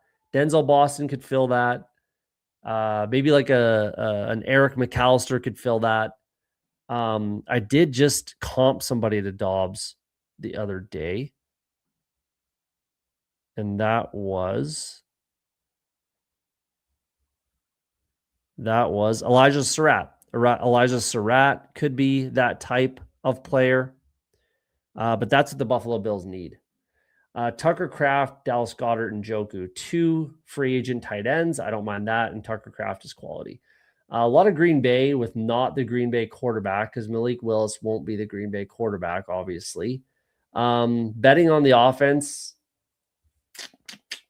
I'm okay with that. I'm okay with betting on the Packers offense, but maybe not. Well, I guess Dobbs is, free agent. What am I talking about? So it's just Kraft and Reed. So yeah, that's perfectly fine. Yeah, there you go. I don't mind this team. It's a little different with the build. 3773 is definitely different than what I'm typically building. We got P-Punch in here, Jalen Hurts, Darnold, and Brissett. I'm fine with that. It's a quality room. Probably still starts in Arizona, I think. You just bridge it and hope that you can you will get a good draft pick in 2027 with the stacked class there. Devon Achane, Scattaboo, Judkins, Algier, Tracy, and Devin Neal. I'm not so sure about Tracy this year with Scattaboo, but if you're going to do it, stack them. I don't mind that at all, considering the price tag. I think that makes a lot of sense. Judkins, Algier, HN. This is a fun room. I'm fine with that. 3692. I like that room. AJ Brown. AJ Brown's still going to be an Eagle. Realistically, it does not make sense financially. So he's going to be an Eagle, I think. DK Metcalf, Pittman may or may not be with the Colts, like we talked about earlier. Worthy, Shaheed, free agent. Jeremy Bernard, I love. Trey Tucker, wide receiver 1 right now for the Raiders. Chris Bell, pick 203, sure. Malik Washington, yeah, sure. Why not? McBride and Hawkinson, I like that, stopping at 2. This is fun. This is a good team. I like this one. This is a fun team. It's a fun one. Southworth, Legio, Paul Southworth in the chat. I would have stopped at 2, or sorry, at 3. I don't think you need Kirk Cousins here. I like Cam Ward enough. I like Trevor Lawrence for sure. Stroud is probably your 3rd. I mean, mind you, you drafted them back to back, so whatever. But I like these 3. I don't think you needed Cousins realistically. 4-4-9-3, different build. Barkley, Henry, Kyron, Swift. I'm all right with that. That's pretty fun. I probably would have went with another running back instead of Cousins there. Devontae, Quentin Johnston, Jacoby Myers, Addison, Debo, free agent, Travis Hunter, Torrey Horton, Alec Iomanor, Jalen Noel. I like that. This is all fun. Yeah, stacked up with T-Law, Myers. I'm all right with that. Houston and Tennessee. We got Iomanor, Gunnar Helm. I like that. Likely Strange. This is a fun team. I would have just done, instead of Cousins, I would have brought another running back here, is all I would have done different. But this is a fun team too. I like this one. Yeah. Like realistically, you're no stack. You just want CJ Stroud to pop up in your lineup on bye weeks and if he has a spike week, sure. But I would have stopped with just these 3. Get rid of Cousins, bring in a running back. I would have been happier with that personally. But I like this wide receiver room. I like this tight end room quite a bit. Huge discount on Strange.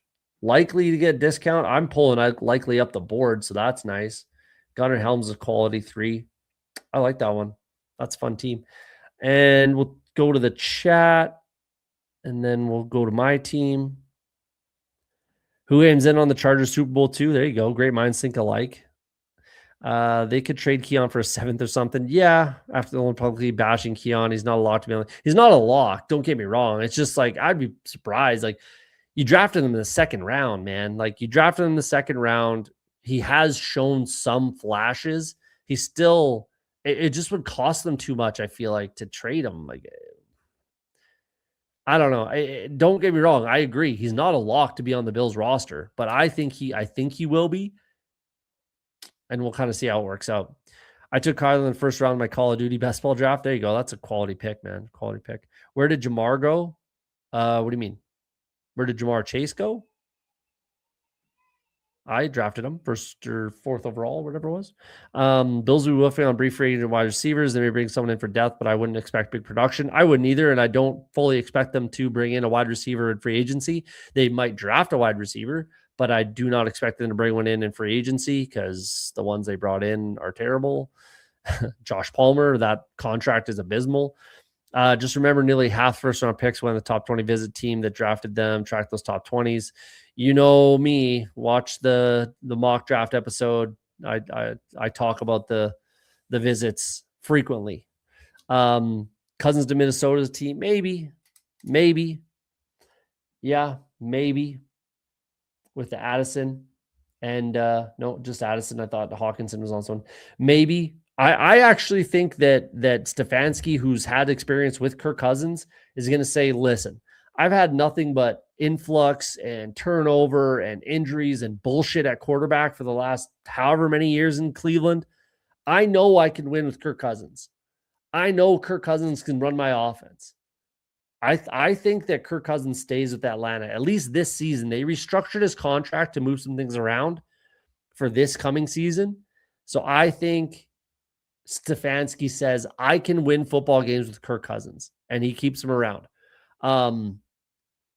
after this season? I don't know, but I think that's what's going to happen. I could be wrong. Obviously, they also maybe cleaned it up so they could move on from him. But with an injured, another torn ACL for Penix, I would be keeping Kirk Cousins if it were me. Why didn't they trade him or do anything with him? Already at the beginning of last season, right? I think Stefanski's going to say, I can win with Kirk Cousins. Let's trot out Kirk Cousins, but we'll see. I like taking rookie wide receiver, ideally Tate or Tyson with Cam Ward. Their number one wide receiver is not on their roster. I don't disagree with that. They pick too early. If it's an early second round pick, yeah. I mean, maybe they take like Mekhi Lemon. That would be interesting.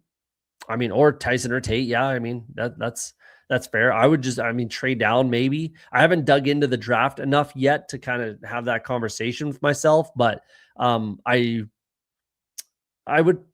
maybe agree that their number one wide receiver isn't on the roster. I maybe agree. If they draft someone in the first round, absolutely that's their number one wide receiver. If they don't, even in the second round, then I don't necessarily think that player is their number one wide receiver. Could they bring in a free agent? Yes, but who is that guy? Unless it's like a Pittman that we talked about earlier. I don't know, but it's a big no answer there. Thanks for the review. No worries, man. Appreciate you drafting with me. Jamar was streaming COD during some playoff games. Weird people are mad about it. I didn't know that. I didn't know that he was actually. I didn't know Jamar Chase is a big COD guy, but not big into the COD streets over here. We'll do my team and then we'll get out of here for the night. We got Joe Burrow and Jaden Daniels. I like that. I mean, is it risky with playing every game? Yes. But they both missed games last season. So, odds are in theory they stay healthy potentially. But I just paid the price to just stop at 2. That's kind of where I'm at with it. So I'm going to have to take the risk. Bucky, RJ Harvey, Rico Dowdle, Emmett Johnson, Nick Singleton, Najee Harris, and Jordan James. I like that room a lot personally.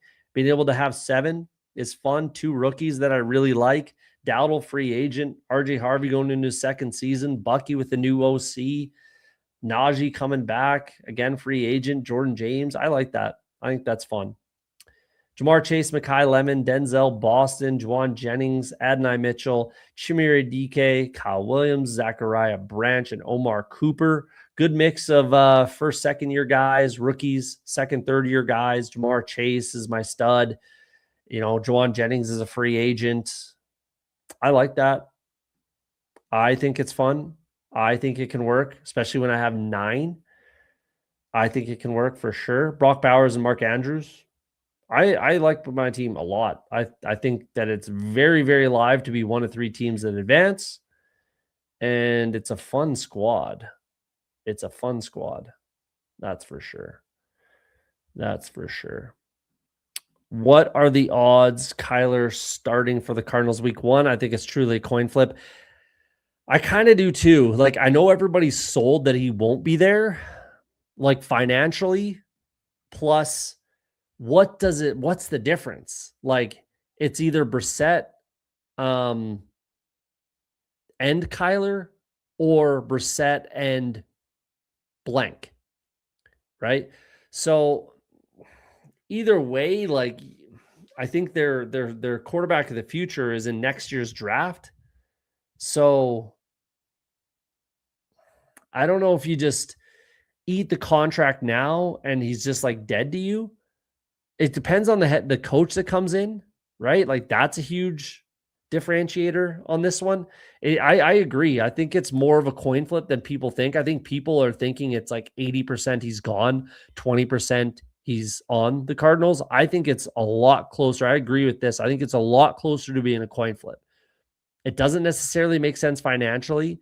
And if he still is not the guy, which I fully expect him to be, then you move on from him there. Because regardless, with Brissett, with Kyler Murray, or blank, you're not going to be a winning team.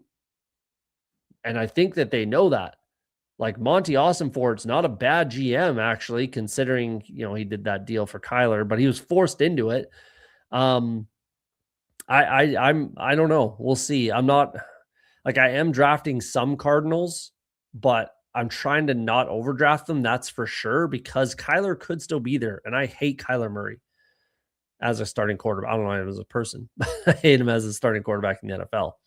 I just know if Kyler's on the Cardinals, I don't want any cards. I agree with that. That's my concern. If we know and we find out that Kyler Murray's going to be the quarterback for the Arizona Cardinals, I'll be pretty much out on anyone that's not named Trey McBride.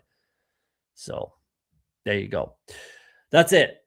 That's it. You see the ticker down there. We have a subscriber goal. We will do another 12-hour live stream if we get to 1,000 subs before the NFL draft. There's lots of time to get there. So tell your friends, hit that like button, hit the subscribe button if you don't mind, if you like the content, and share it with your friends if you want. Every little bit kind of helps out. But I have to go to across the country to Montreal